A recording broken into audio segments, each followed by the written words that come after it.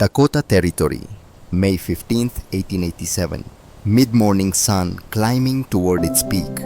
A woman stood alone in a field of prairie grass 40 yards from a weathered barn. She held a surveyor's chain in both hands, pulled taut between two wooden stakes driven into the earth exactly 152 feet apart. Her name was Astrid Solberg.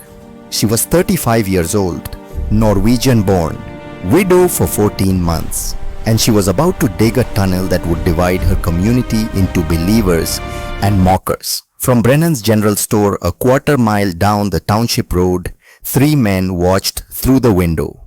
One of them, Thaddeus Brennan, shook his head slowly. He was 42 years old, thick through the shoulders, owner of the town's only lumber yard, and the man who supplied firewood to every homestead within 10 miles. "Woman's lost her mind," he said. "Grief does that sometimes." The men beside him nodded. They'd seen it before. Frontier widows who couldn't accept what the land had taken, who built shrines, who talked to ghosts, who made irrational decisions in the empty space where their husbands used to stand. But Astrid Solberg wasn't talking to ghosts. She was talking to mathematics. 152 feet, the exact distance from a root cellar to the feed alley of her barn. She'd measured it 4 times in the past week, always arriving at the same number. 3 feet wide, 5.5 feet deep, a straight line through Dakota clay and prairie sod deep enough that winter snow couldn't block it shallow enough that she could dig it herself without extensive timbering. A tunnel, underground, where wind couldn't reach, where visibility wouldn't matter, where the distance between life and death would be measured in minutes instead of impossible yards. Thaddeus watched her mark the ground with lime powder, creating a white line across the grass. Someone should talk to her, tell her she's wasting her summer. No one volunteered. They knew what had happened to Leif Solberg. Everyone in the township knew. March 12, 1886, a late winter storm. Not the worst they'd seen, but bad enough. Wind from the northwest, heavy snow. Leif had gone out to check on a milk cow that was calving. The barn stood 60 feet from his door. 60 feet, less distance than the width of most claims.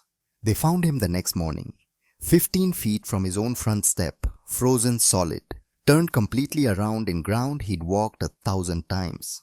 His 6-year-old daughter Solveig had watched from the window holding a lantern as her mother had taught her, trying to be a beacon, but the snow had been too thick, the wind too strong.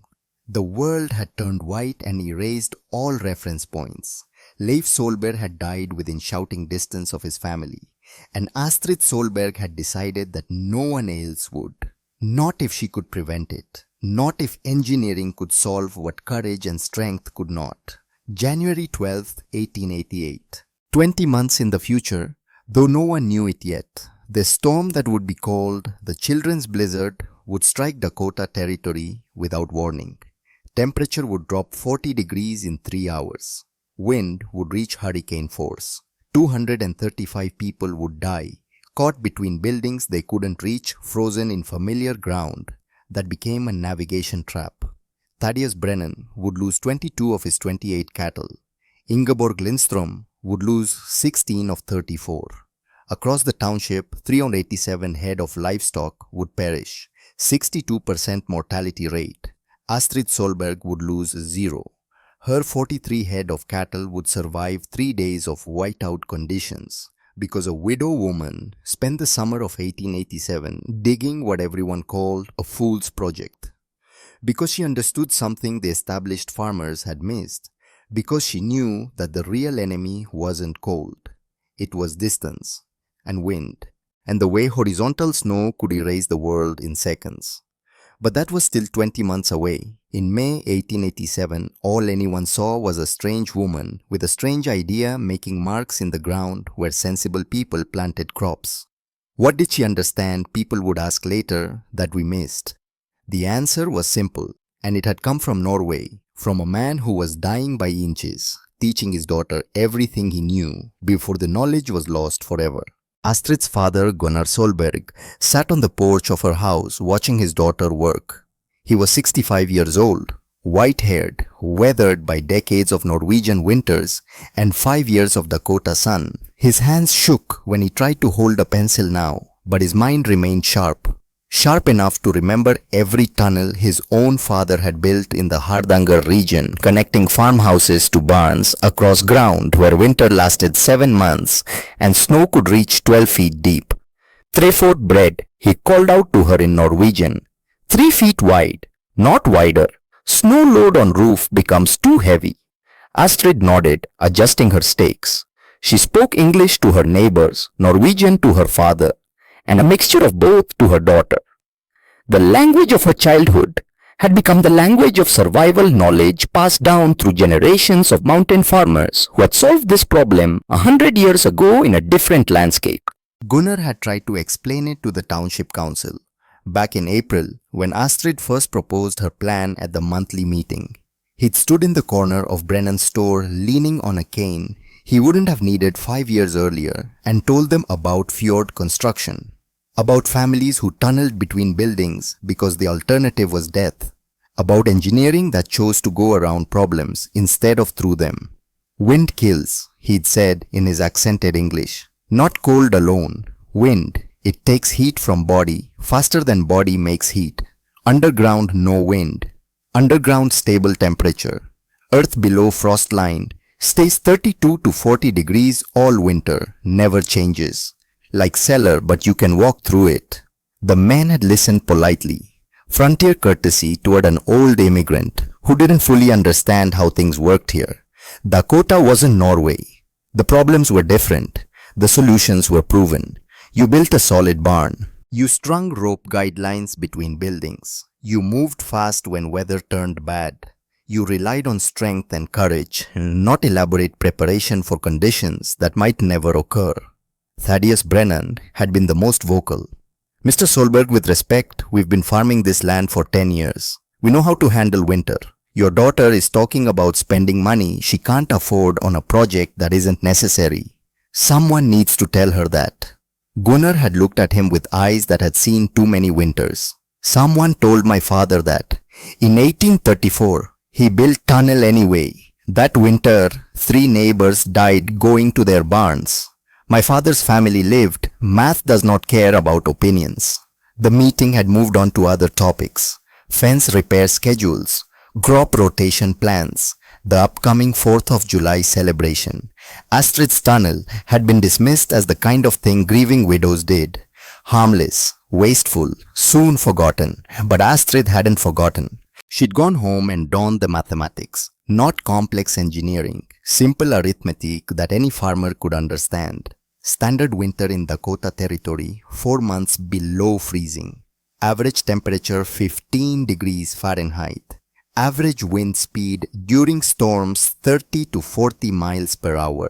Wind chill effect equivalent to negative 20 degrees or colder.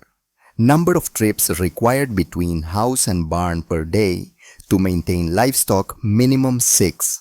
Distance above ground 50 to 60 feet. Time exposed to wind per trip 60 to 90 seconds. Total exposure time per day 6 to 9 minutes. Frostbite risk high. Navigation risk in blizzard conditions extreme. Same winter, same conditions with underground passage temperature in tunnel stable 34 to 36 degrees. Wind speed in tunnel 0. Wind chill effect none. Visibility in tunnel perfect with lantern adequate without. Time required per trip 3 to 4 minutes total. Exposure to surface conditions 0. Frostbite risk eliminated. Navigation risk eliminated. Cost of tunnel construction $23 total. 15 for tar paper waterproofing. 8 for supplemental lumber. Labor provided by her own hands over 10 weeks. Cost of losing livestock in a bad winter $40 per head. Times 43 head.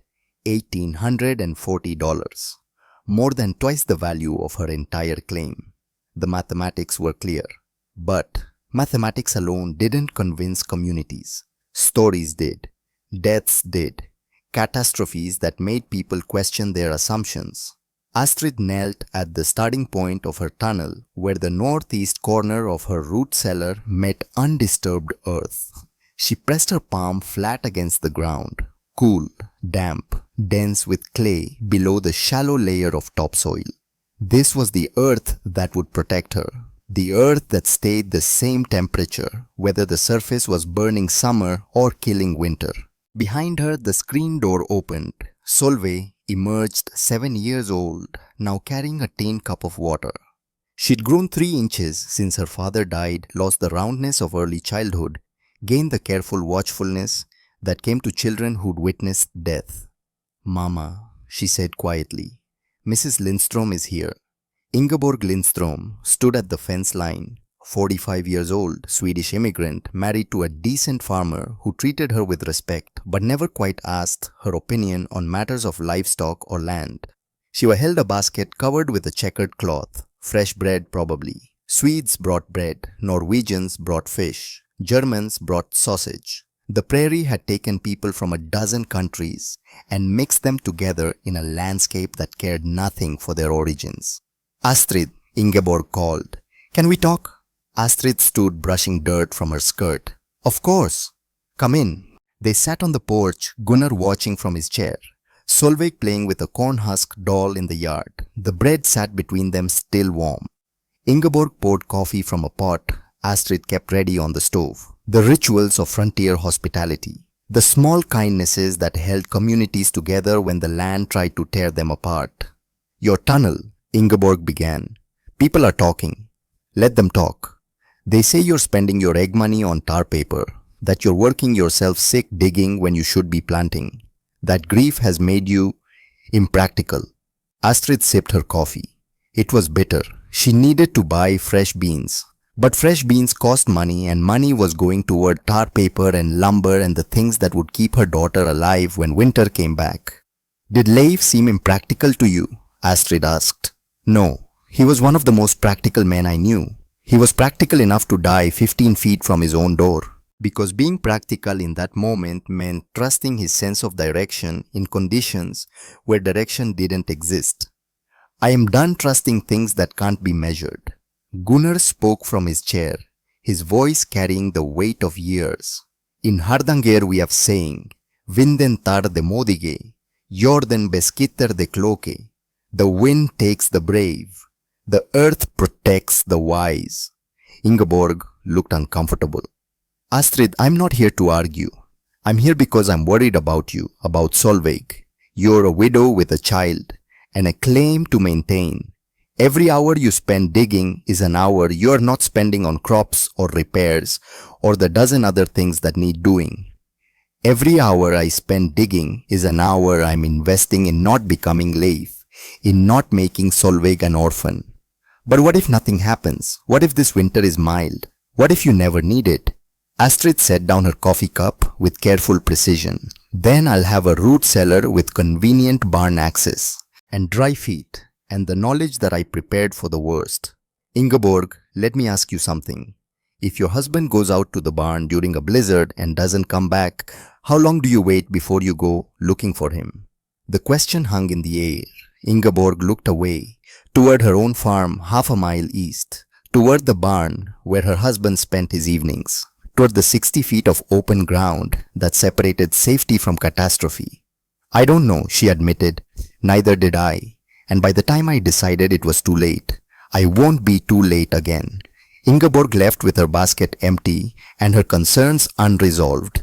The bread sat on Astrid's table, and that night they ate it with butter and wild plum jam, and Solveig asked the question she'd been holding inside for weeks. "Mama, are you digging Papa's grave?" The coffee cup froze halfway to Astrid's lips. Gunnar stopped rocking in his chair. The evening shadows lengthened across the pine floor. "What makes you say that, Barnehart?" "The boys at school. They say you're digging a grave because you can't let Papa go. They call you the mole woman. They call me the mole daughter." Astrid set down her cup and pulled her daughter close. Solveig still smelled like sunshine and grass and the innocence that prairie winters tried to crush. "I'm not digging a grave. I'm digging a life. For you, for me, for every cow in that barn that feeds us and keeps us here. Do you understand the difference?" Solveig shook her head against her mother's shoulder. A grave goes down to bury something dead. A tunnel goes forward to protect something living. Your papa is dead and I miss him every day. But you are alive and I will not lose you the same way I lost him.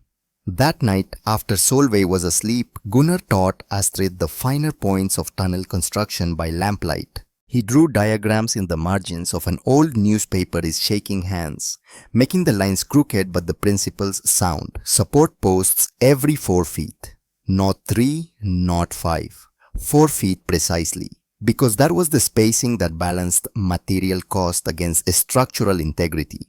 2 by 8 beams for the roof, not 2 by 6s, because the additional 2 inches of depth would carry the load of 18 inches of earth and sod without deflecting. Your bestefar, Gunnar, said using the Norwegian word for grandfather, he taught me this when I was 12. We dug tunnel in November, finished December. That winter 3 meters of snow. We walked to barn every day in shirt sleeves. Neighbors who didn't have tunnels, they lost animals, lost fingers to frostbite. One man lost his life. Why didn't everyone build them if they worked so well? Gunnar smiled, but it was sad. Same reason everyone here doesn't build now. Pride, fear of being different, cost, the belief that what worked yesterday will work tomorrow. Your bestefar, he was laughed at too, called paranoid, called foolish, called man who wasted autumn digging when he should be preparing. Then winter came and the laughing stopped. Did he say, I told you so? Nay, he helped neighbors, taught them, shared what he knew, because the point wasn't to be right. The point was to survive and to make sure others survived. This is what you will do, Astrid. You will build your tunnel. It will work. And when others see, you will teach them without pride, without anger, just knowledge. Astrid looked at the diagrams, committing them to memory. She had 60 days before harvest season began. 60 days to move 300 cubic yards of earth. 60 days to install supports and roofing and waterproofing. 60 days to create something her neighbors thought was impossible. And she would do it, because the alternative was waiting for another March night, another storm. Another 15 feet that might as well be 15 miles. The next morning, May 20th, in 87, Astrid Solberg drove her first shovel into Dakota clay and began digging her tunnel. The blade bit into earth that had never been turned. Black topsoil for the first 18 inches, then transitioned to clay, dense, heavy, plastic when damp, cracking when dry. She worked in the early morning hours when dew kept the clay workable. 4 hours before sunrise, stop for breakfast, check on Solveig, feed the chickens, milk the cows, return to the fields for planting, back to the tunnel at sunset for another 2 hours, 7 days a week. Gunnar sat nearby on a folding stool, wrapped in blankets even in May, warmth calling out measurements. 3 foot, 3 feet no more. Keep straight line. Use level every 6 feet. She used a surveyor's level borrowed from the county office. Checked her line every time she advanced 6 feet forward. Any deviation, any curve would create blind spots, would accumulate snow, would trap moisture, would defeat the entire purpose. The work was brutal. Each shovelful weighed 8 to 10 pounds. She moved roughly 240 shovelfuls per linear foot of tunnel, times 152 feet, 36,000 shovelfuls of earth. Give or take, she didn't count, she just dug. By the end of the first week, she'd advanced 40 feet. Her hands developed new calluses over old ones. Her shoulders ached in ways that never quite stopped, even at night. Solveig rubbed her mother's back with a liniment that smelled like mint and burned like shame, because mothers weren't supposed to knead their daughters to ease their pain. But Astrid kept digging. At the township store, Thaddeus Brennan watched her progress with growing irritation, not because he cared about a widow's foolish project, but because 2 other families had started asking questions. Asking about tunnel costs, asking about earth temperatures, asking about alternative methods of winter barn access. Thaddeus sold firewood, 6 to 8 cords per family per winter.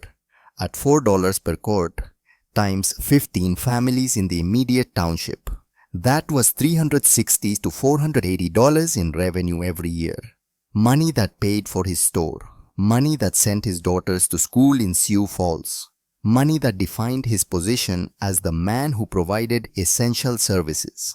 But if families started building tunnels, their heating costs would drop. Astrid's father claimed 40 to 50% reduction in firewood needs. Do the mathematics. 15 families. Reduce consumption by half. $180 to $240 lost revenue per year. Thaddeus had built his business on the assumption that Dakota winters required massive amounts of wood for heating. But if tunnel systems maintained more stable temperatures, reduced wind infiltration, created dead air spaces that held heat. If Gunnar Solberg's Norwegian engineering actually worked, the implications made Thaddeus nervous. So when Astrid came to his store to buy tar paper, he made sure she knew his opinion, made sure everyone in the store heard it. 12 rolls of tar paper, Astrid said, setting her egg basket on the counter. She'd brought 6 dozen eggs, fresh, worth 12 cents per dozen at current prices, 72 cents total. She needed another $14.28 for the tar paper. That's expensive material for a widow, Thaddeus said. What's it for? Everyone in the store stopped pretending to shop. 3 farmers examining harness leather, 2 wives comparing fabric, 1 teenage boy sweeping floors, all listening. Waterproofing. For what? My tunnel. Thaddeus leaned against the counter, making a show of concern. Mrs. Solberg, I've been thinking about this project of yours. Have you considered the cost $15 for tar paper, $8 for lumber? That's $23. That's 3 weeks of farm income for most widows. Money that could go toward seed, toward repairs, toward your daughter's future. Astrid counted out coins, slow, deliberate. Mr. Brennan, 43 head of cattle at $40 per head is $1,720. If I lose even 2 animals in a bad winter, that's $80. My tunnel costs $23. The mathematics favor preparation. If you have a bad winter, we haven't had a killing storm in 5 years. Leif died 14 months ago. The store went silent, this kind of silence that follows uncomfortable truth. Thaddeus recovered quickly, switching tactics. That was tragic, Mrs. Solberg. Everyone knows that, but there's a difference between one freak storm and regular conditions. You're building an expensive solution for a problem that might never happen again. Gunnar's voice came from the corner where he'd been sitting on a bench resting his legs. In Norway, we have saying, Forbered deg for storm, ikke for solskin. Prepare for storm, not for sunshine. Storm comes whether you believe or not. Thaddeus turned to face the old man. Mr. Solberg, with respect, this isn't Norway. Our winters are different. Our methods are proven. We use rope guidelines. We build solid barns. We move fast and smart. We don't spend summer digging holes in the ground like prairie dogs. How many fingers you have, Mr. Brennan? The question caught Thaddeus off guard. What can count your fingers? How many better than 10? Why does that matter? Last winter, Wilhelm Schmidt lose 2 fingers to frostbite going to barn in storm. This winter before Nils Johansen lose 3 toes. Year before that, my son-in-law lose his life. All using rope guidelines. All being fast and smart. All dead or damaged. Tell me again how proven your methods are. The silence deepened, uncomfortable now, accusatory. Thaddeus's face darkened. Mr. Solberg, those were unfortunate accidents. They don't change the fact that your daughter is wasting money on. My daughter, Gunnar interrupted, standing with effort, is the only person in this township who understands that courage without engineering is just a slow way to die. You sell firewood, so you don't want her tunnel to work.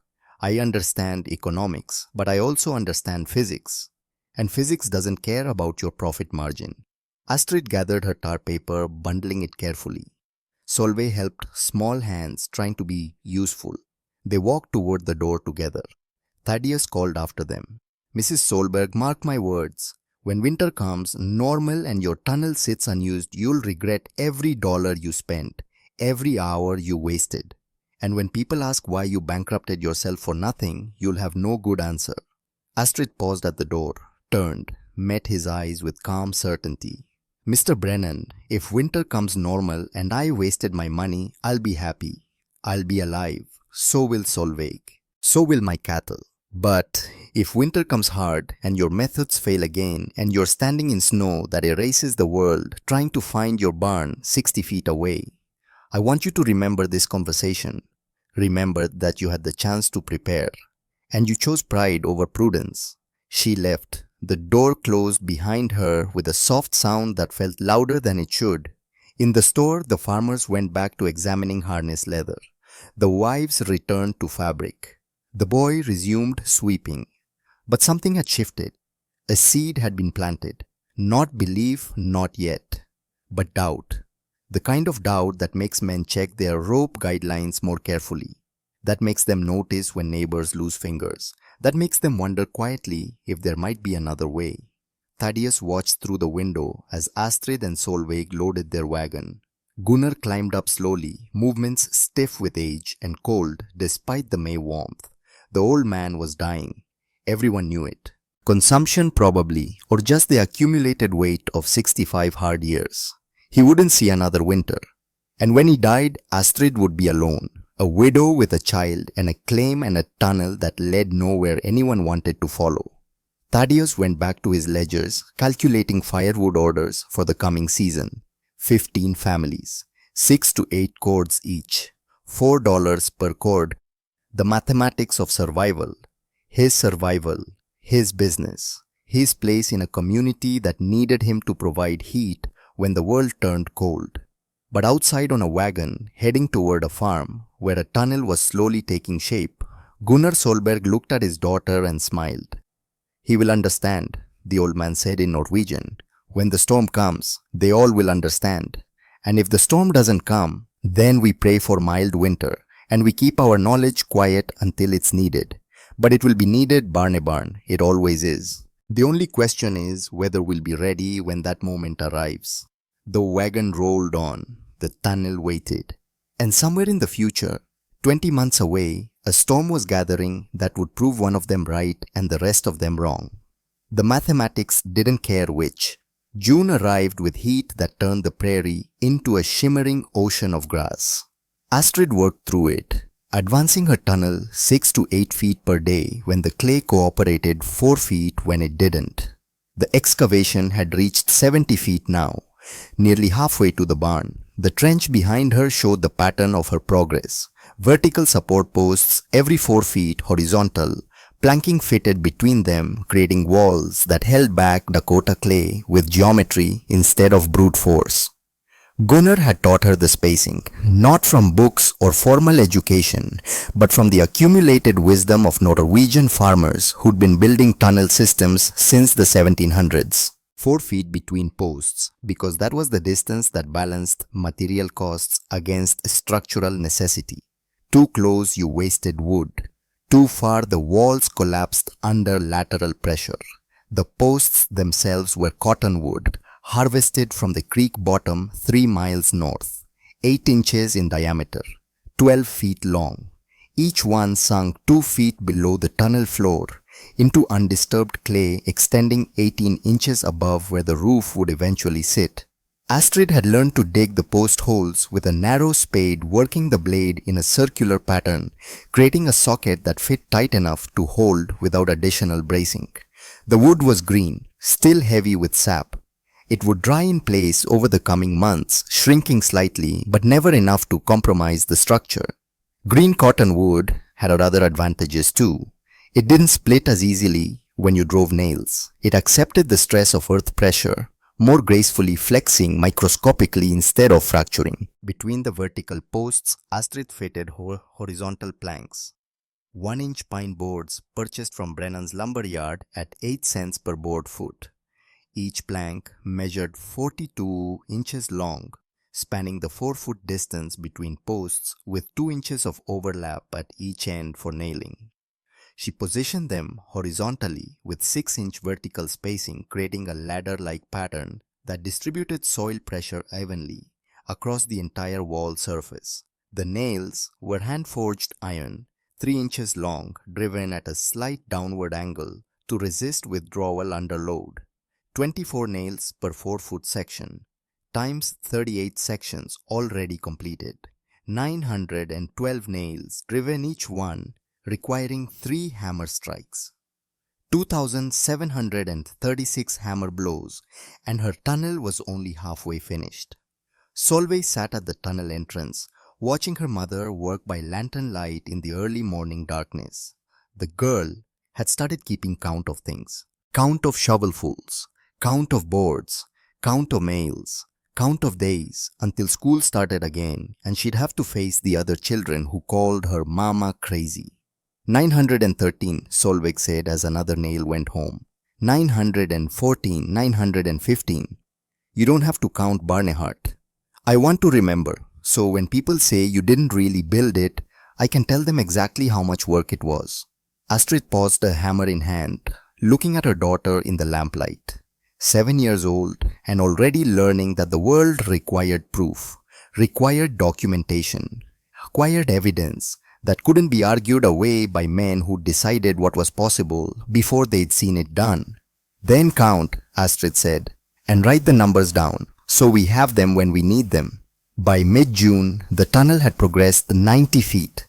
Astrid's hands had developed thick calluses across the palms and at the base of each finger where the shovel handle rubbed. Her shoulders had changed shape, adding visible muscle across the deltoids and trapezius. She'd lost weight everywhere else, the demanding physical labor burning through calories faster than she could replace them with the simple food she could afford. Gunnar watched his daughter transform into something harder, something more determined, something that worried him because he knew where that path led. He'd seen it in his own father, the kind of stubborn focus that made great achievements possible but extracted costs that didn't show up in account books. Astrid, he said one evening as she emerged from the tunnel, covered in clay dust, you need to rest more. Body cannot sustain this pace. I'll rest in September. September may be too late if you break yourself before then. Then I'll break carefully. It was meant as a joke, but neither of them smiled. Gunnar had started coughing more frequently.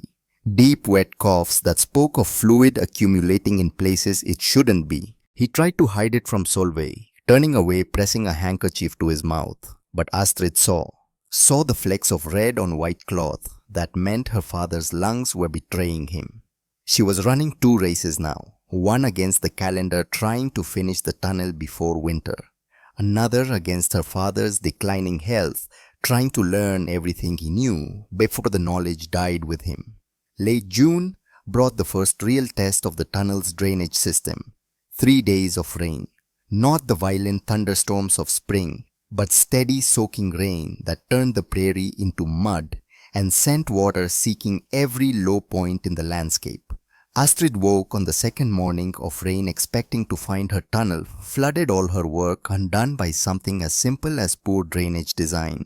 She climbed down into the root cellar with a lantern, dreading what she'd find. But the tunnel floor was dry, completely dry. The slight pitch she'd maintained, 1 inch of drop per 8 feet of length, had done its job. Water that seeped through the roof had followed gravity down the slope toward the sump pit she'd excavated at the barn end. The sump was a 3-foot square hole lined with field stone 2 feet deep, positioned to collect runoff and hold it until it could be bailed out manually. When Astrid reached the end of the completed section, she found the sump holding approximately 4 inches of water. Clear water, not the muddy runoff that would indicate wall failure, but the clean seepage that came from rain percolating through 18 inches of earth and sod.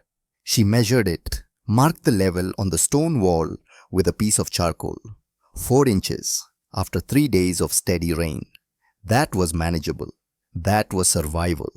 She walked back toward the entrance, running her hand along the pine planking, feeling for any sign of bowing or stress. The wood was damp but solid. The posts showed no movement. The roof deck, though not yet covered with its final waterproofing layer, had held against the weight of saturated earth above. The engineering worked. In town, skepticism was evolving into something more complex. Thaddeus Brennan had started making quiet visits to the farms of families who'd asked about tunnel construction. Not confrontational visits, friendly conversations, economic analyses delivered over coffee at kitchen tables. "Let's look at the numbers," he'd say, pulling out his ledger. Bittisoberg spent $23 on her tunnel. That's cash money, not barter. Now I sell firewood at $4 per cord. You typically buy 6 to 7 cords per winter. That's $24 to $28. Her tunnel cost you nearly a full winter's heating budget. The farmers would nod. The mathematics seemed sound. Now, Thaddeus would continue. "Let's say her tunnel reduces your heating needs by 40%, like her father claims. That's saving you maybe $10 per winter. You'd need 2 years, almost 3, just to break even on construction costs. And that's assuming nothing goes wrong. Assuming the tunnel doesn't collapse. Assuming it doesn't flood. Assuming it works as advertised." More nodding. The risk seemed real.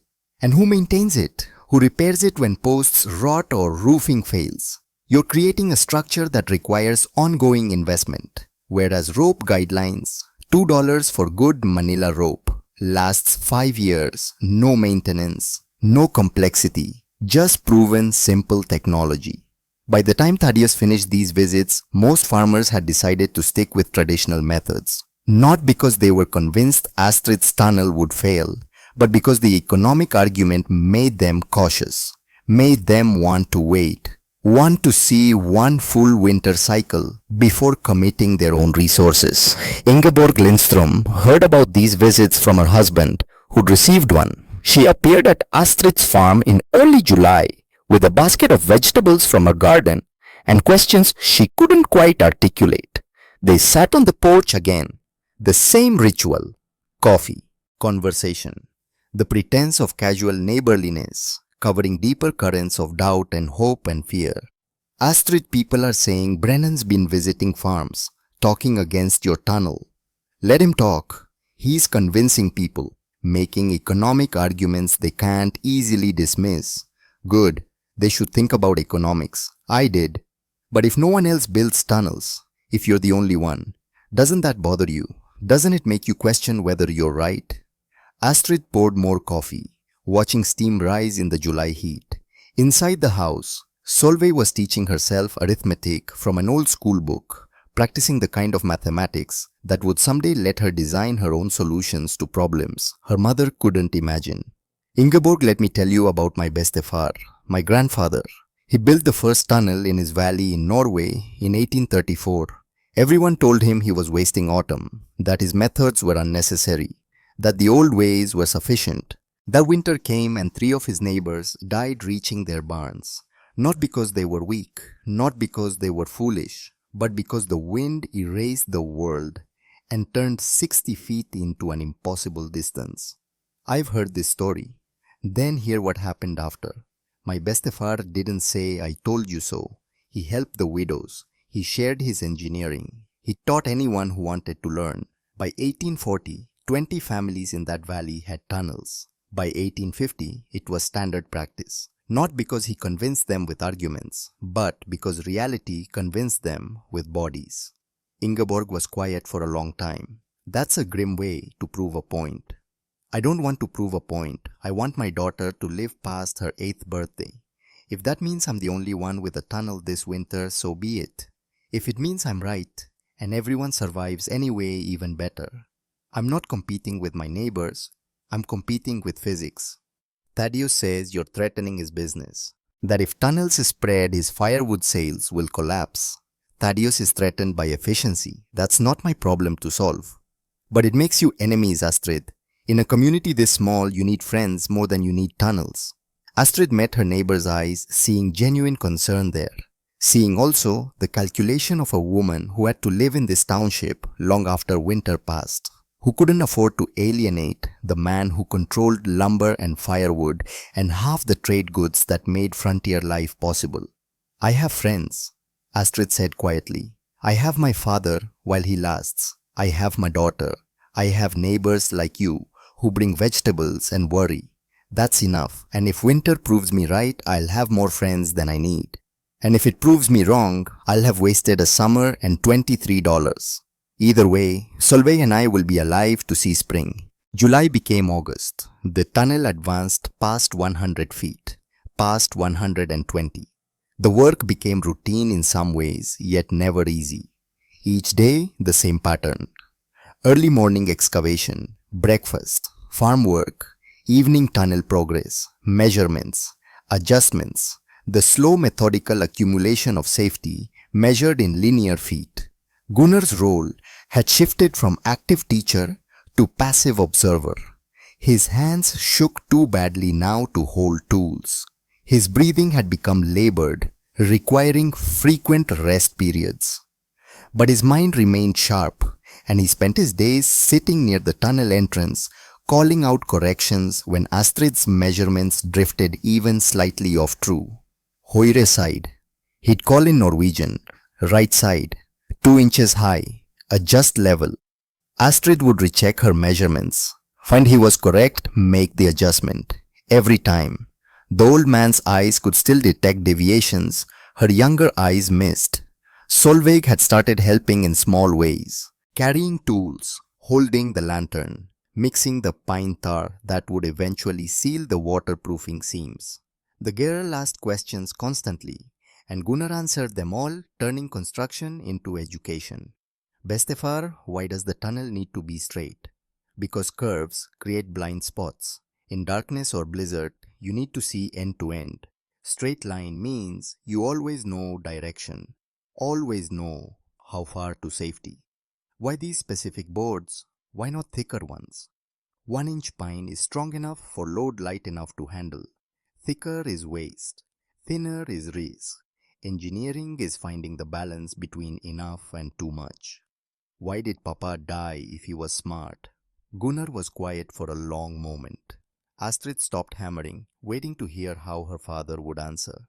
Your Papa was very smart, but he trusted the wrong things.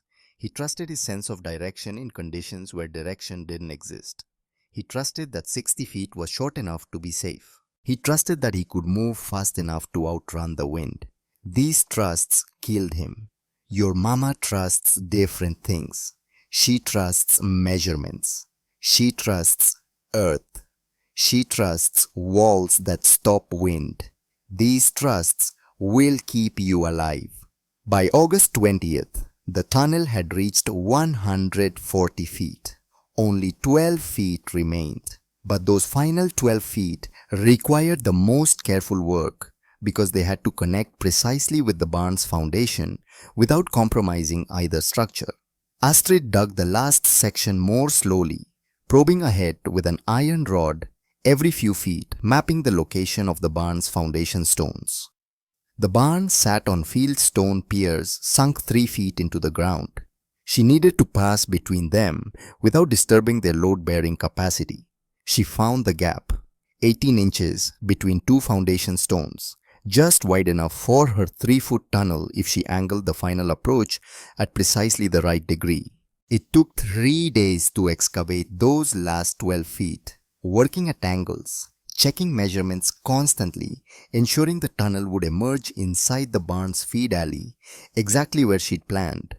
On August 23rd, 1887, Astrid's shovel broke through into the barn. Light streamed through the opening.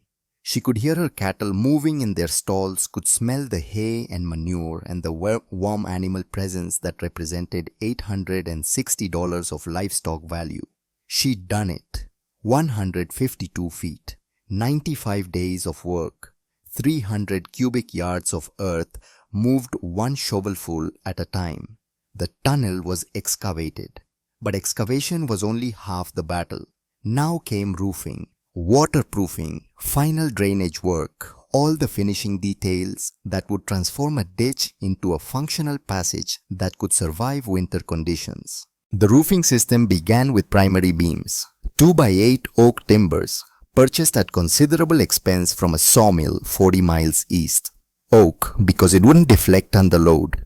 2 by 8 because that gave sufficient depth to carry the weight of 18 inches of earth plus snow accumulation plus the occasional weight of a person walking above ground. Astrid positioned these beams every 16 inches along the entire tunnel length. Each beam spanned the 3-foot width with 6 inches of bearing surface on each wall, distributing weight onto the vertical support posts rather than relying on the clay walls alone. Installing the beams required Gunner's final technical contribution. He couldn't lift the heavy timbers, but he could teach Astrid the notching technique that would lock each beam into position. She cut shallow notches into the top of each support post, creating cradles exactly 2 inches deep. The beams seated into these notches, with satisfying precision, held in place by gravity and geometry rather than nails or bolts. Like ship construction, Gunnar explained, his voice weaker now but still carrying authority. Each piece supports next piece. System becomes stronger than individual parts. This is how Vikings built ships that sailed to America 500 years before Columbus. Not with complexity, with understanding of forces. Over the primary beams, Astrid laid roof planking. 1-inch pine boards 4 feet long fitted edge to edge with no gaps. Each board secured with 3 nails per beam contact, driven flush with the wood surface to avoid puncturing the tar paper that would follow. The planking created a solid deck capable of supporting a man's weight, providing a stable base for the waterproofing layer. The waterproofing consumed the most expensive single component of the entire project. 12 rolls of tar paper at $1 in 25 cents per roll, $15 total. More than Astrid earned in 3 weeks of selling eggs, butter and cream to the township store. She'd saved for months to afford it, had gone without new fabric for clothes, had mended Solveig's shoes 3 times rather than buying new ones, had eaten simpler food, cheaper cuts of meat, more beans and less variety. Every penny counted. Every sacrifice measured against the cost of keeping her daughter warm when the world turned lethal. The tar paper came in rolls 4 feet wide. Astrid laid it in overlapping sheets with 6-inch margins at all seams, creating a continuous moisture barrier that extended from wall to wall across the entire roof surface. The overlap was critical. Single-layer coverage would develop leaks at every seam, but 6-inch overlap meant water would have to flow uphill to penetrate, and water didn't flow uphill. Sealing the overlaps required pine tar heated in a cast iron pot over an outdoor fire. The tar needed to be hot enough to flow like honey, but not so hot it would burn the paper. Astrid learned the temperature by testing small batches, watching how they behaved when brushed onto scrap wood. Too cool and the tar wouldn't bond. Too hot and it became brittle when it cooled. Solveig helped with this work, stirring the tar pot with a long stick while her mother applied the sealant with a wide brush. The smell was overwhelming, resinous, chemical. It clung to their clothes and hair and skin. But when the job was finished, the tunnel roof had a waterproof seal that would remain flexible through temperature changes, would resist cracking during freeze-thaw cycles, would shed water for years before needing replacement.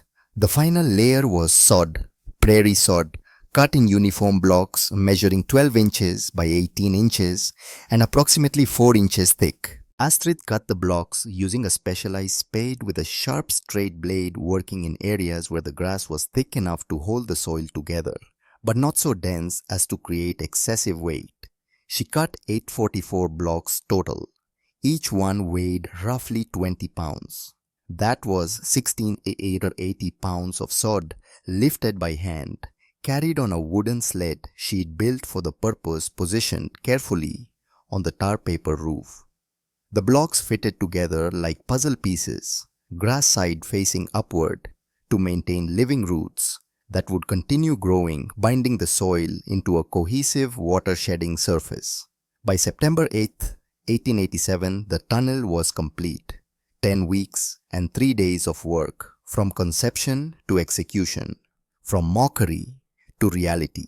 Astrid stood at one end in her root cellar. Solveig stood at the other end in the barn holding a lantern. They could see each other, perfect straight line, 152 feet of protected passage, where wind couldn't reach and visibility would never fail. Gunnar made the first complete walkthrough, moving slowly, leaning on his cane, examining every joint, every seam, every detail of construction. When he emerged in the barn, he had tears in his eyes. Din bestefar ville varit stolt, he said to Astrid. Your grandfather would have been proud. Will it work? It already works. Question is whether winter will be bad enough that others notice. September brought the township harvest, wheat cutting, threshing, the communal work that required cooperation regardless of winter disagreements.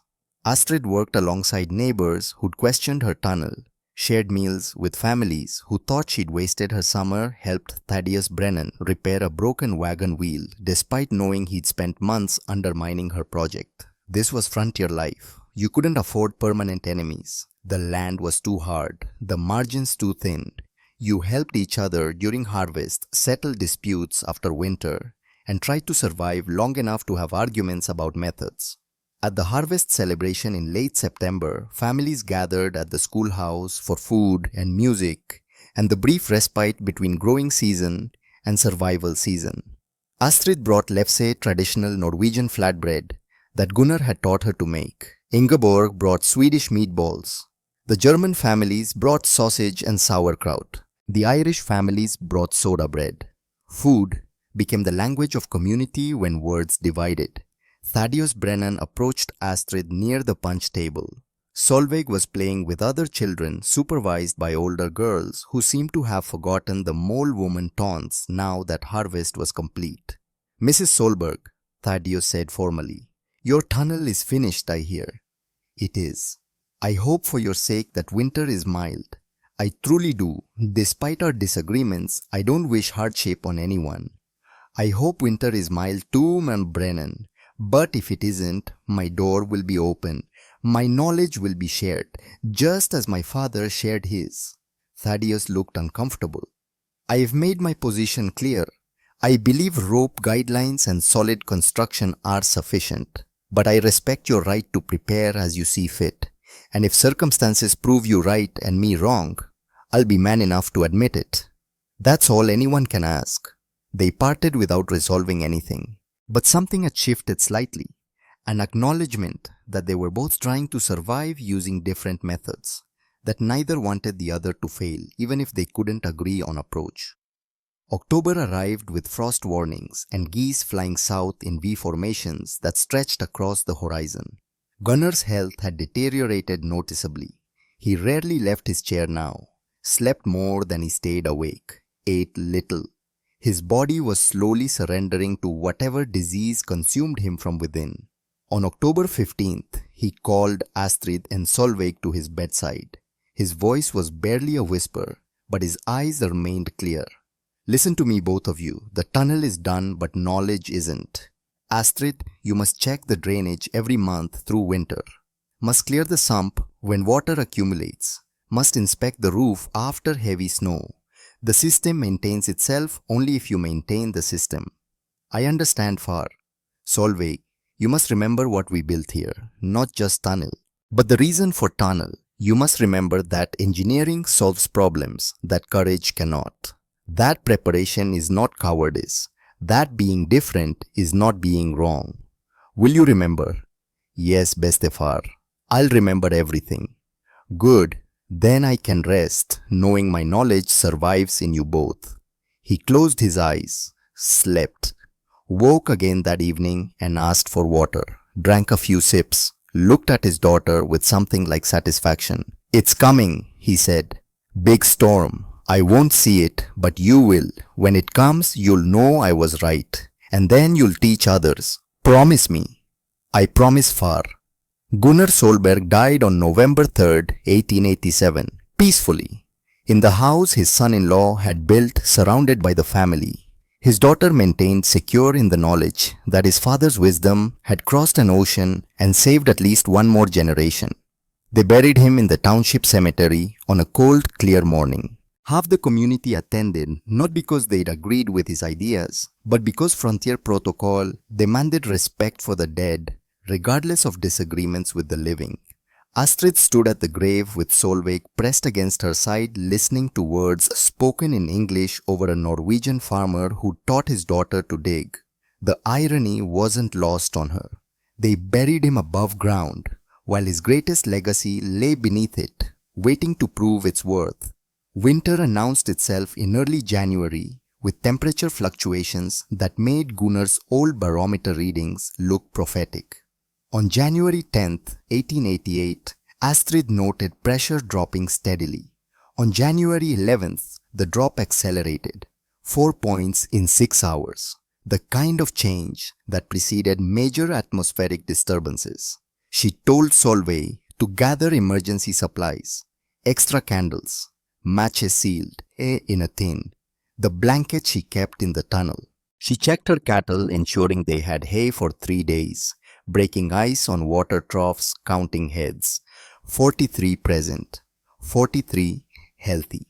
That evening, she walked the tunnel one last time before the storm, checking joints, testing the air, feeling the stable 34-degree temperature that would remain constant regardless of what happened on the surface. The tunnel was ready.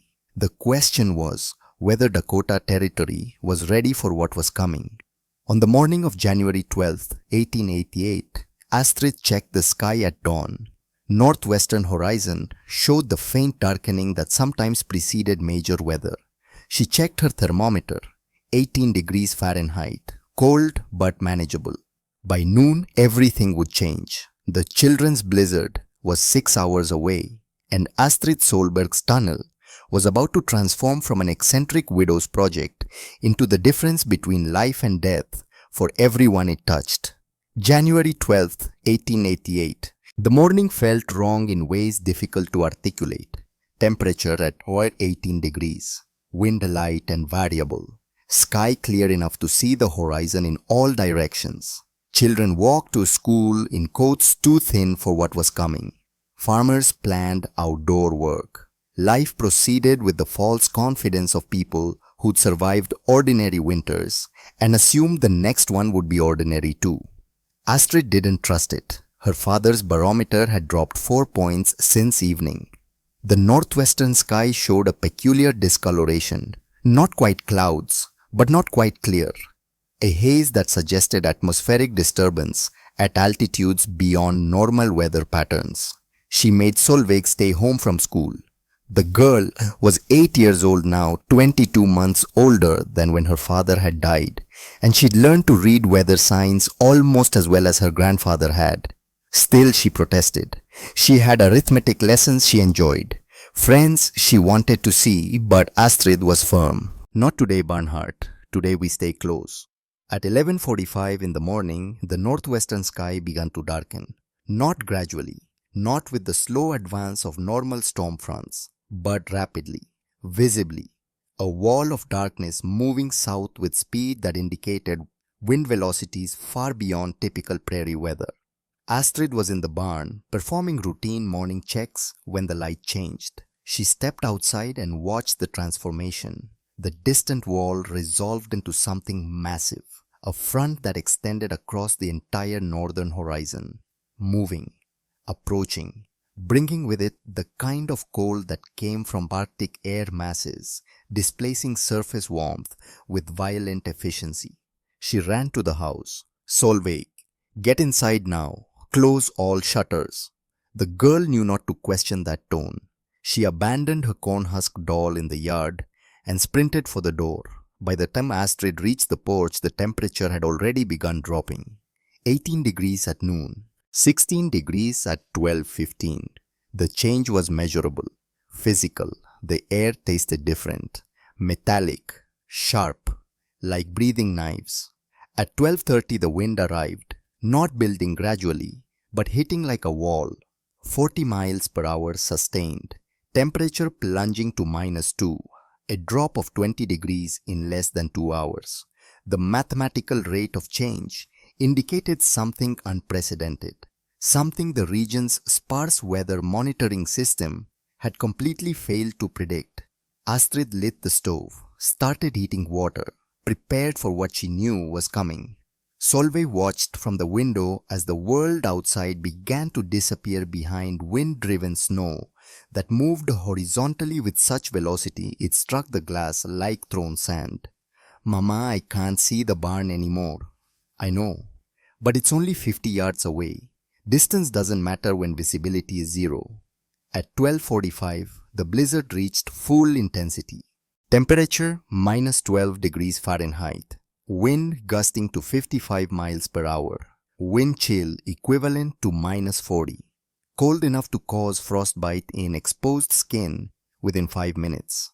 Cold enough to kill an unprotected human within an hour. But the cold wasn't the real killer. The real killer was the ground blizzard effect. Fine crystalline snow remaining suspended in the wind stream, creating a horizontal curtain of white particles that reduced visibility to less than 10 feet in any direction.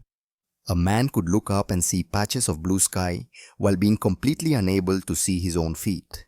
Could be 10 yards from his door and have no idea which direction safety lay. This was how Leif had died. This was how hundreds would die today. Astrid checked her mercury thermometer one final time.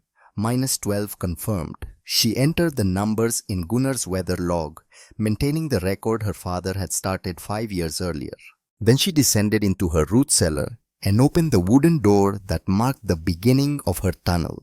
The contrast was immediate and absolute. Surface conditions minus 12 degrees wind, 55 miles per hour, visibility 0 wind, chill minus 40. Tunnel conditions 34 degrees, Fahrenheit, wind 0 visibility, perfect with lantern wind chill non-existent. A 46-degree temperature differential. The difference between lethal and survivable, between accessible and impossible, between life and death. Astrid lit her lantern and walked 152 feet in 3 minutes.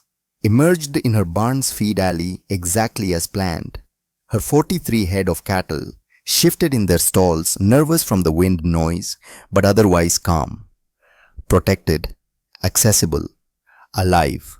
She began her routine, the routine that would repeat every 2 hours for the next 3 days. Checking water, the automatic system had frozen solid as expected. She broke through ice with a steel pry bar heated in the small forge corner of her barn. Hauled heated water from the house in buckets, making multiple trips through the tunnel carrying liquid warmth that would keep her cattle's digestive systems functional. Distributed hay, 25 pounds per cow per day, double the normal winter ration.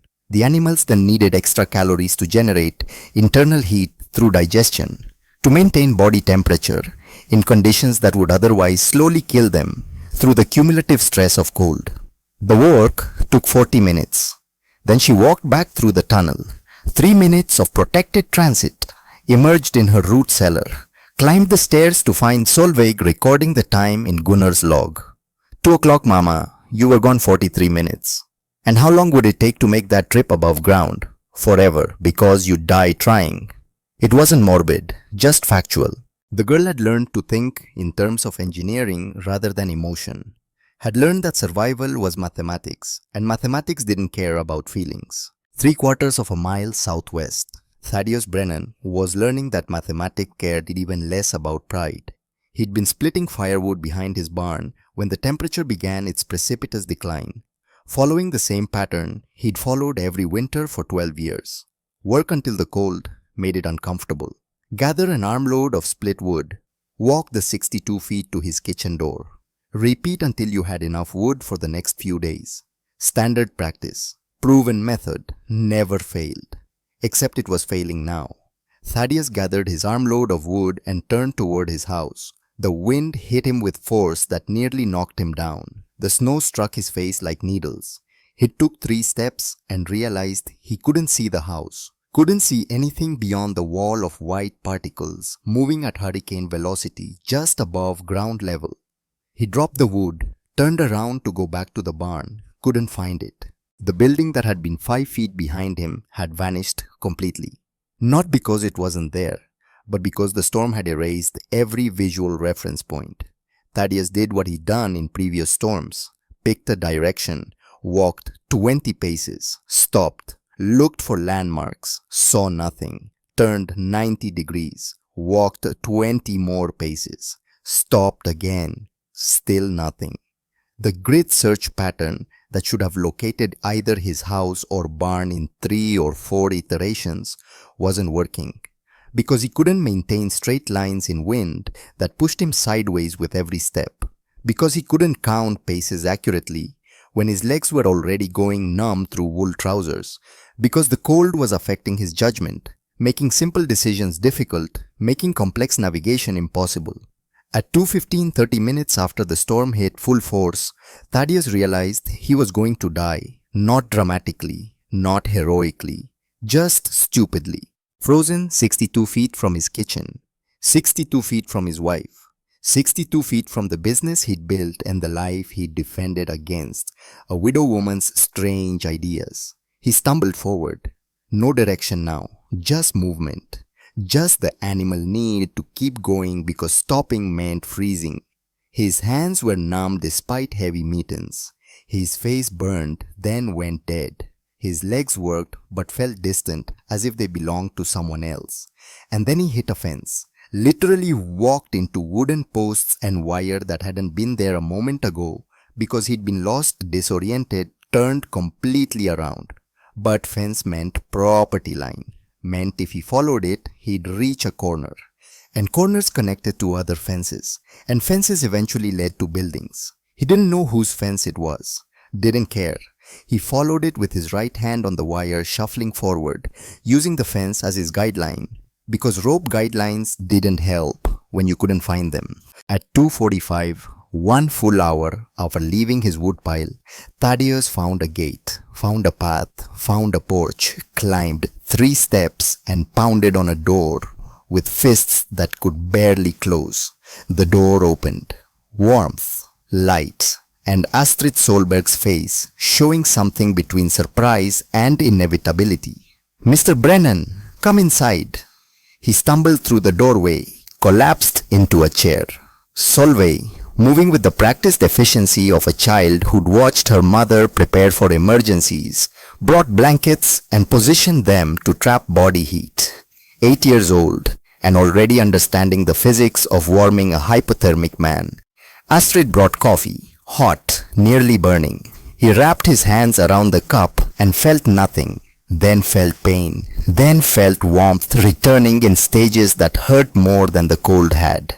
"Mama," Solveig said quietly, consulting Gunnar's weather log. "It's been 2 hours since your last barn check. Do you want me to record the delay?" "No delay," Astrid replied. "I'll go now, but Brennan is safe. The cattle still need care." And the girl nodded, understanding without being told that routine mattered, that maintaining systems mattered, that a hypothermic neighbor didn't change the mathematics of livestock survival. "My barn," Thaddeus managed. 28 cattle, can't reach them. "I know. My house, my wife. I need to." "Your house is 3/4 miles southwest. In these conditions, you won't make it. You'll stay here until the storm breaks." He wanted to argue, wanted to protest, but he just spent an hour proving that courage, without engineering, was exactly what Gunnar Solberg had called it, a slow way to die. Instead, he watched as Astrid checked her father's barometer, as she recorded numbers in a weather log, as she descended into her root cellar and vanished. 40 minutes later, she reappeared calm and unhurried, as if she'd been strolling through a summer garden instead of maintaining livestock in conditions that had nearly killed him reaching his own door. "You walked to your barn just now." It wasn't a question. "I did." "How?" "Same way I'll walk again in 2 hours, through the tunnel." Thaddeus then looked at the cellar door. At the passage, he'd called foolish. At the engineering, he'd dismissed as widow's paranoia. At the $23, he told everyone was wasted money. "I was wrong," he said, "about everything." "No," Astrid replied.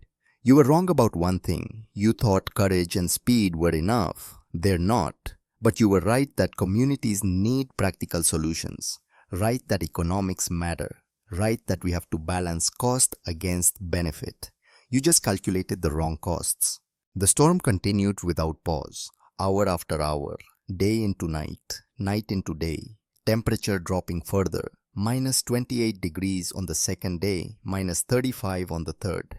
Astrid maintained her routine. Every 2 hours, she descended into her tunnel and walked to her barn. Solveig kept the log recording each trip, each temperature, each observation. Thaddeus watched, learning despite himself. On the second day, during a brief lull in wind intensity, Thaddeus asked the question he'd been holding since arrival. "Will you help me reach my barn? I'll pay whatever you ask." "Nej betaling," no payment. "But we rope ourselves together, 30 feet between us, and we have 1 hour maximum. If we can't reach your barn and return in 1 hour, we come back regardless." They prepared carefully, heavy coats, extra mittens, scarves wrapped to cover all exposed skin, 30 feet of good manila rope tied at their waists, and critically, a red scarf that Solveig tied to Astrid's fence post to mark the return point. The traverse was nightmare. Visibility remained near zero. Wind pushed them sideways. Temperature had risen slightly to minus 20, but that was still cold enough to kill quickly. Thaddeus led because he knew the direction. Astrid followed, connected by rope, ready to haul him back if he stumbled. They found his barn after 20 minutes of brutal exposure. Found the door drifted shut under 4 feet of packed snow. Spent 15 minutes digging through before they could enter, and found what Astrid had expected to find. Thaddeus had started with 28 head of cattle before the storm hit. 28 animals that represented years of careful breeding and investment. Now 22 of them lay dead or dying in their stalls. Not frozen, that would come later, but dead from dehydration primarily. Cattle couldn't consume enough snow to meet their water requirements. Without liquid water, their digestive systems had shut down. They'd stopped eating, stopped generating heat through digestion, and slowly died in their stalls, while their owners sat trapped in a widow's house 3/4 mile away. 6 animals remained alive, barely. The survivors showed severe dehydration symptoms, sunken eyes, dry noses, labored breathing. Astrid went to work, not with emotion, with procedure. She had brought a portable brazier and fuel from her tunnel-stored supplies, heated water in a steel bucket, provided the survivors with small quantities of warm liquid, not large amounts. That would cause digestive shock, but small frequent amounts, 4 ounces every 15 minutes, just enough to restart their systems without overloading them. She taught Thaddeus the technique while they worked. Dehydrated cattle need slow rehydration. Cold water makes it worse. Warm water, small amounts, regular intervals. This is how you save them. How did you know this?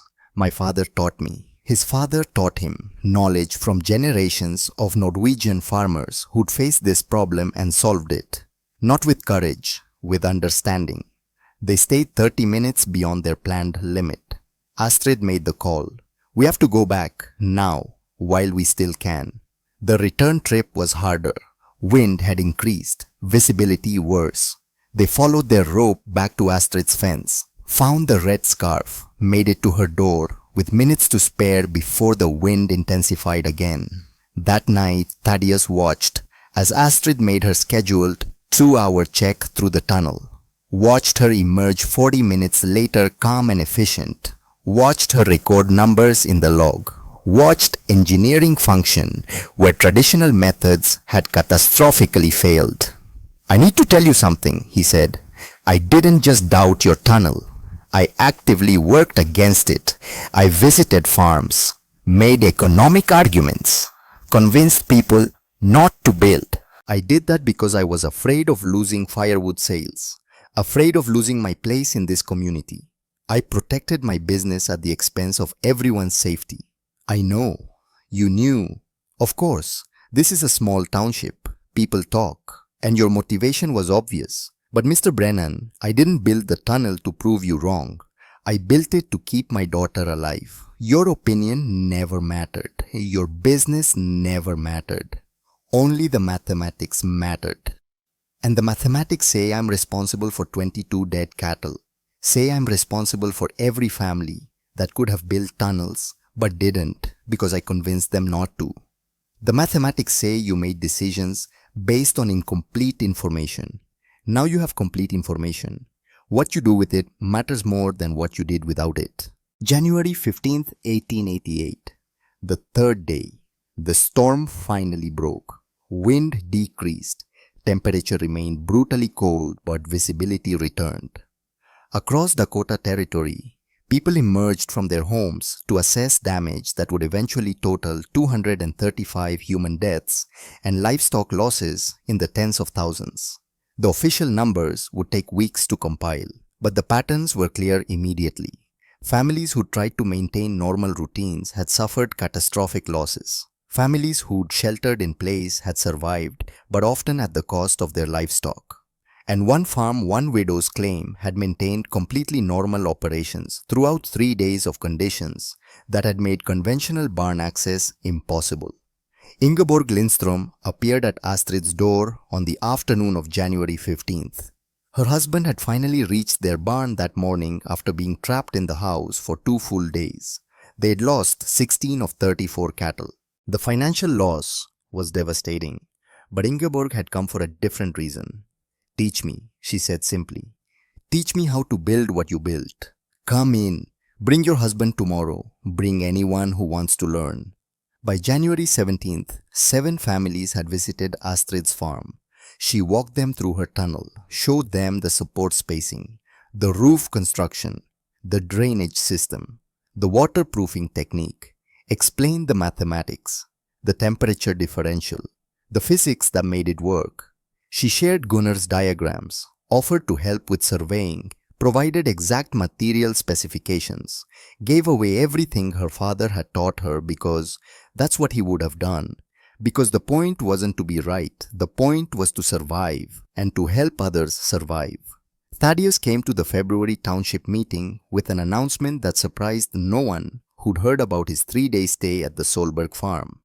"I need to say something publicly," he began, "about Mrs. Solberg's tunnel and about my behavior before the storm." The room went quiet. 15 families present. Everyone had lost something. Some had lost people. Children who hadn't made it home from school, elderly parents who tried to reach barns, neighbors who'd frozen between buildings. "I called her tunnel foolish. I called it wasted effort.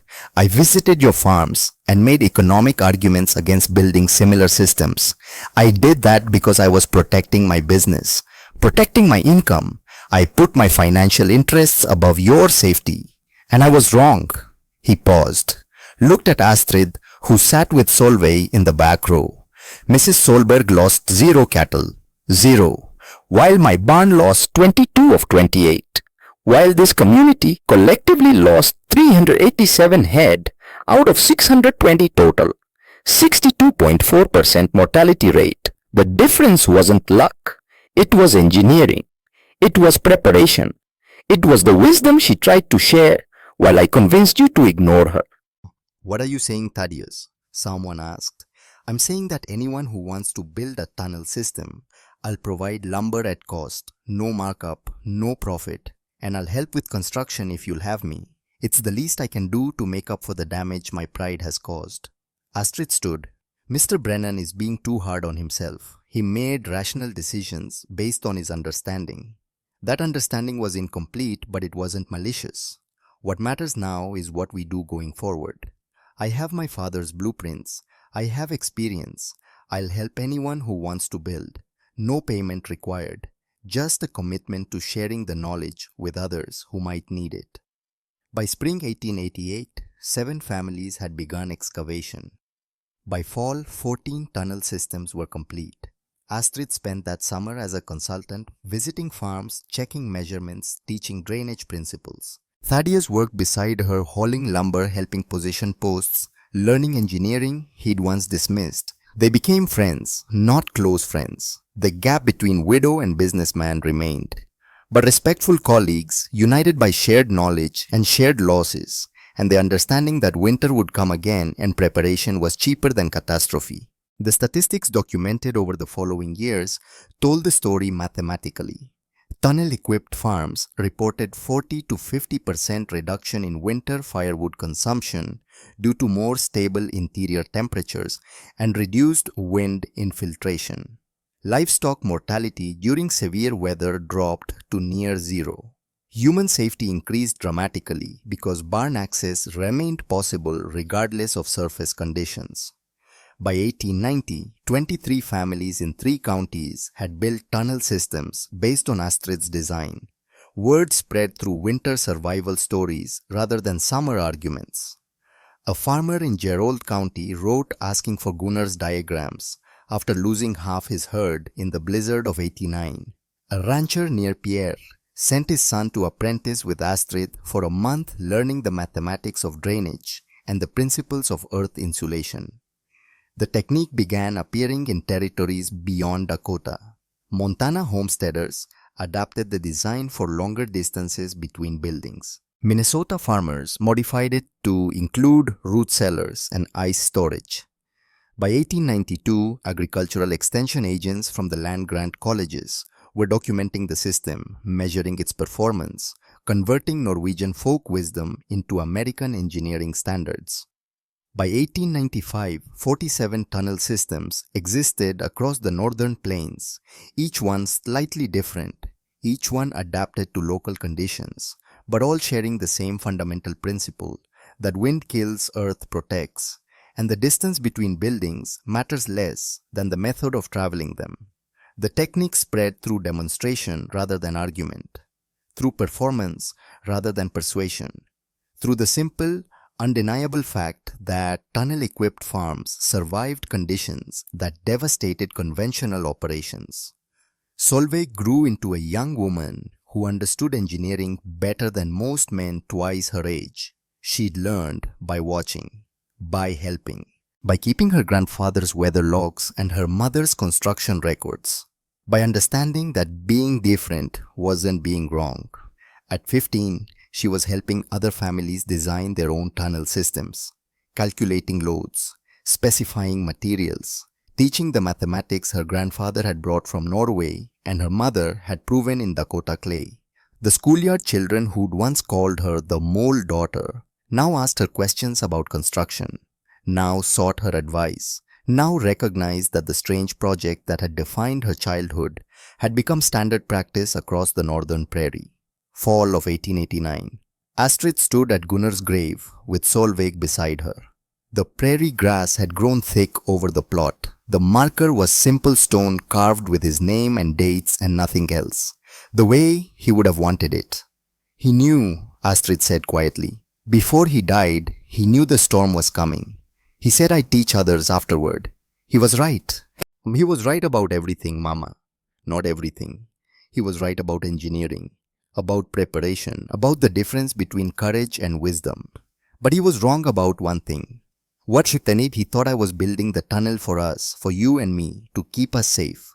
But I think I was building it for him, for his father, for all the Norwegian farmers who'd solved this problem 100 years ago and whose knowledge would have died with him if I hadn't made it real here.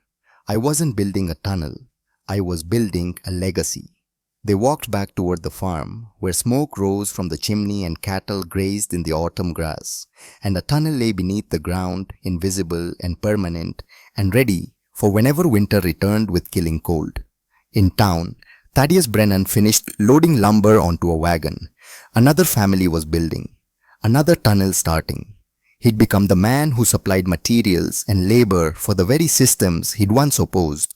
The irony wasn't lost on him. But neither was the mathematics. 47 tunnel systems by 1895, thousands of cattle saved, dozens of human lives preserved, all because a widow woman had refused to let her husband's death be meaningless, had refused to trust courage when engineering offered certainty, had refused to let community skepticism override mathematical reality. Winter of 1899, 11 years after the children's blizzard. Astrid was 47 years old now. Solveig was 19, engaged to a farmer's son who'd grown up watching her mother build the impossible. They walked the tunnel together one last time before Solveig moved to her own claim. The passage was exactly as it had been in 1887. Posts solid, roof sound, drainage functional, maintained but largely unchanged. Engineering that lasted because it was designed to last. Mama, Solveig said in the darkness, lit only by their lantern. Do you remember what you told me the night I asked if you were digging Papa's grave? I told you a grave goes down to bury something dead. A tunnel goes forward to protect something living. I understand that now, completely. You weren't just protecting us. You were protecting the future, protecting knowledge, making sure that Bestefar's wisdom didn't die with him. They emerged in the barn, 26 years old now the building, weathered but sturdy, sheltering a new generation of cattle that had never known anything but tunnel access during winter storms. Your grandfather used to say something, Astrid said. Vindentar de modige, Jorden beskitter de kloke. The wind takes the brave. The earth protects the wise. I spent my whole life thinking that was about physical survival, about not dying like your father died. But it's bigger than that. What do you mean? It means that courage is loud, courage is visible, courage is celebrated. But wisdom is quiet. Wisdom is the invisible. Wisdom builds systems that last longer than the people who build them. Your father was brave. He walked into that storm because he was brave. And a bravery killed him. But your grandfather was wise. He taught me to build instead of to brave. And wisdom saved us, saved all of us. They walked back through the tunnel, 152 feet of protected passage, the same distance that had killed Leif Solberg when measured above ground. The same distance that had saved hundreds of lives when measured below it. The mathematics had never changed, just the method of traveling them. In the years that followed, tunnel systems between houses and barns became standard architecture across the northern plains, not universal. Some families still preferred rope guidelines and quick movement, but common enough that the technique stopped being Norwegian and became American. Stopped being strange and became practical, stopped being Astrid Solberg's eccentricity and became frontier wisdom. By 1900, the name Solberg had mostly faded from the story. People built tunnels because tunnels worked, not because they remembered the widow who'd proved it. And that was exactly as it should be. Knowledge should outlive the people who discovered it, should spread beyond attribution, should become so normal it no longer requires explanation. But in one root cellar, in one farm in Dakota Territory, a worn copy of Gunnar Solberg's construction diagrams remained pinned to the wall. Ink faded, paper yellowed, but lines still straight, measurements still accurate, mathematics still perfect. And every winter when the wind came howling across the prairie, with killing cold, someone somewhere descended into earth that their grandparents had excavated and walked through, passage that wind couldn't reach, and emerged safely where courage alone would have left them frozen. Leif Solberg had died so Astrid could learn. Gunnar Solberg had taught so knowledge could survive. Astrid Solberg had built so others could live. And Solveig Solberg carried forward the understanding that engineering wasn't about being different. It was about being right. And being right in the end was simply another way of saying you understood mathematics better than the wind understood how to kill you. The tunnel remained. The knowledge spread. The legacy endured. 152 feet. The distance between fear and safety. Between death and life. Between what we hoped would work and what we knew would work. The distance a widow woman dug one shovelful at a time because hope wasn't enough. Because the earth protects the wise, and wisdom, unlike courage, never dies.